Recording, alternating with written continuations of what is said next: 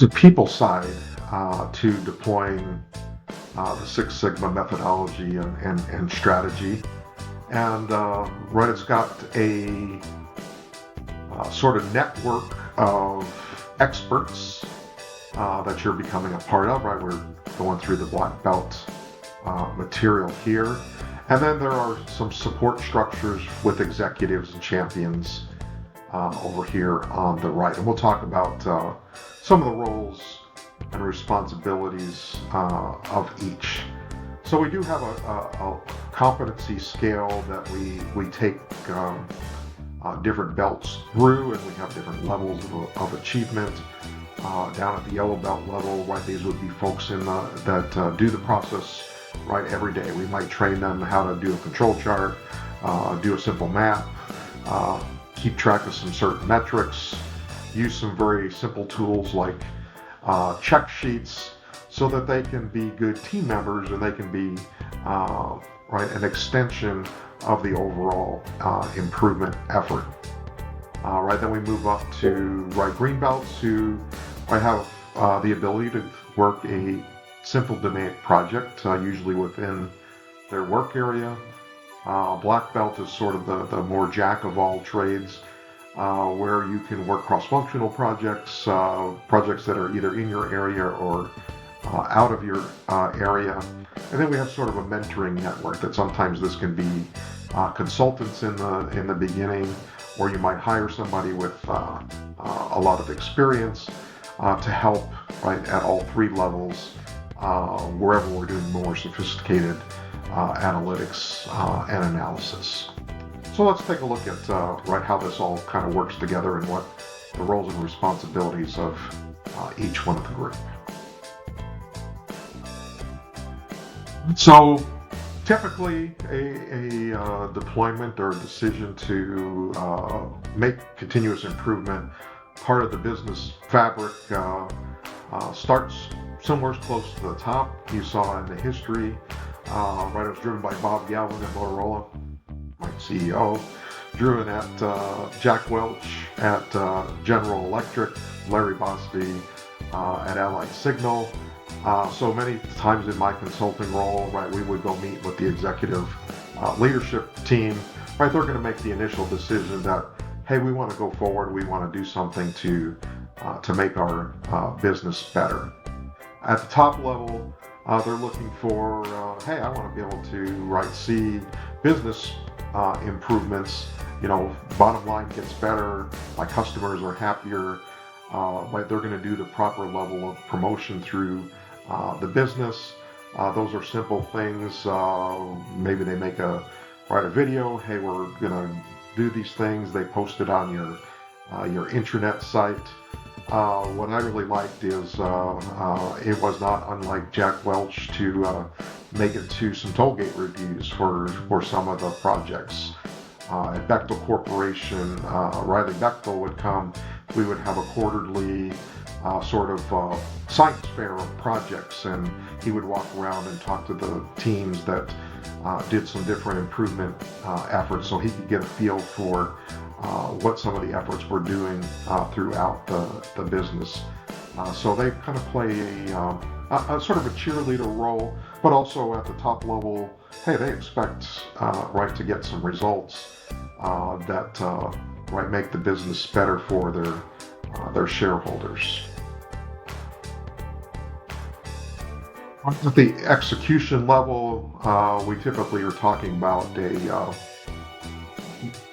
mid-level to higher level manager, director, executive director, manager that is either a process owner and they want to make their processes better, or they look at their yearly objectives and say, hey, in order to get there, I'm going to have to do one of these breakthrough projects in order to meet my goals. So they're going to help to select projects. They're going to help assign resources. So they are usually the owners of those resources, you being one of them. So they're going to put those resources together. We do like for them to participate at those different milestones: define, measure, analyze, improve, and control, which gives which is good in two ways. One, they understand that the execution is going as expected, but it also gives the team and you as the project lead and right, an interaction to make sure that you're getting the support that you need. So as things shift and drift, right, you can talk through, right, do I need different resources? Do I need additional data? Do I need support from an outside organization? And right, that's what we look to be. The champion's role is to make sure that the project execution continues in a positive fashion. So there's some time commitment, just like there's a time commitment from the team and the you as the project lead or the belt. Hey, they need to do these project reviews. They need to help put the charters together. They have to help launch the team. So like some fraction of their week, usually not a big one, but some hours per week would probably need to be spent on the effort, and they will need to balance their schedule and put time in order to make that happen.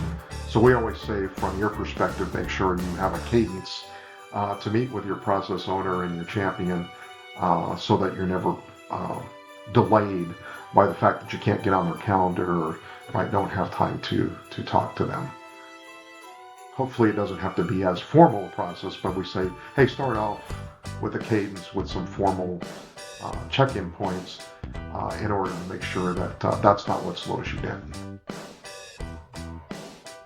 All right, so then through the belt hierarchy, so masters, that's what I call myself, a long time master black belt, highest level of competency. Really, it's a black belt with some project portfolio experience. When we develop them, we're talking 5 or 6 projects that they've led or they've mentored. Obviously, the more projects you work, the more experience, the more pitfalls you've seen, and they're going to work to get the deployment started.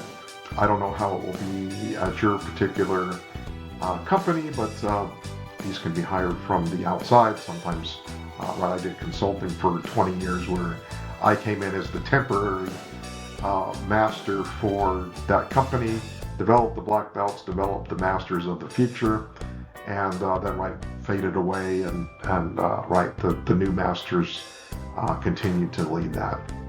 Masters can do large projects. In my role now, I do cross-business projects when we can't figure out who owns what, and we want to make improvements. So I might span purchasing and quality and engineering in order to look at a particular project that requires all three to play nice together to move things forward. Many times these are the trainers. I'm conducting some training here. Have a portfolio of black and green belts. So we showed you kind of the hierarchy. We'll look at that again, but usually as a master, you'll have a number of black and green belts, at least dotted line, reporting to you. When I worked at Verizon, that was my job, is I had all of the black and green belts in the sales and marketing organization, and I was responsible to make all of their projects move forward, make sure they were trained, and we executed on those projects together with the business representative who was a director. There's always a change management portion to it, so getting the right folks together to make the change happen is always important. We'll talk about some more of that as we go on. There's always a people side to change, and then kind of establish that DNA. So as we do DMAIC and DMAIC and DMAIC and DMAIC, it becomes part of the culture, and it's fun now. I've been in my current role for about 8 years, and you get a call now and someone says, man, we're really having a problem. I think we need to do a DMAIC project on that. And I always kind of smile, right? Hey, people realize that using this 5-step process can help them to get to where they need to be.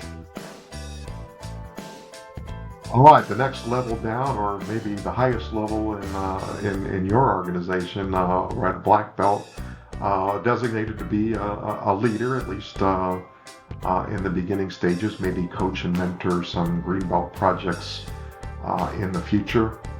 You are the keeper of the process, right? So we'll say that a few times. We want to define, and then measure, and then analyze, and then improve, and then control. And so some of the work is to say, hey, we have a methodology to get there. We don't want to just go in and change things and tamper with the process. So you may be called to do things within your current functional role, and may be called to do some things with adjacent functions, again, upstream, downstream, to improve processes. All right, contribute to the right organizational goals. So every year we're going to look at the compilation of projects, the compilation of savings in order to move the entire organization forward. So you probably will have some slice of that responsibility, but it's kind of nice how things roll up and how the return on investment side of DMAIC really speaks for itself. So I'll give a little story that the Department of the Army that I was working at the time decided that, we don't need to do this, DMAIC stuff anymore. And so, right, my whole group was gonna go away. And so we did get a meeting with the sponsor, who was a 3-star general. We walked in with our project portfolio, which had, 10,000 projects and, it was $15-20 billion worth of savings. And we said, sir, before you pull the plug, we'd like to at least show you, the work that we've done and how much we bring to the organization every year. And we said, kind of puff our own chests out, but where else, what other organization can come to you and tell you, right, this is what they saved for you in the past years? And he kind of looked at it and said, okay, keep going, keep doing what you're doing, right? Because, right, there's nobody that can really talk to, hey, we had this many people work this many projects, and right here are the savings that we delivered. All right, and then you become the technical expert on the tools, right, that are inside DMAIC. So if somebody needs to do a Pareto chart, right, you're going to help them, right, put that together. If they need to do a 2-sample t-test, you're going to say, hey, here's the data we need. You're going to put it into Sigma Excel and help interpret the results. So that's kind of a fun role that I still enjoy to this day is, hey, give me the data. I'll help you to interpret what it says.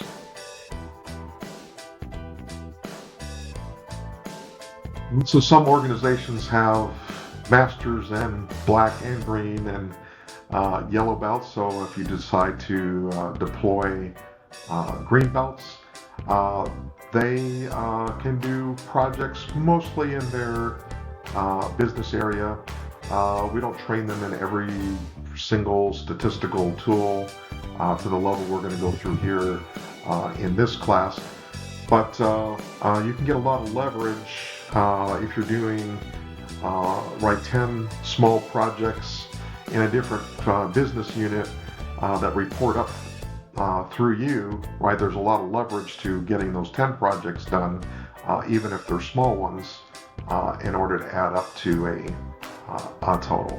So they usually work projects in their existing functional area, right? They usually are project leads.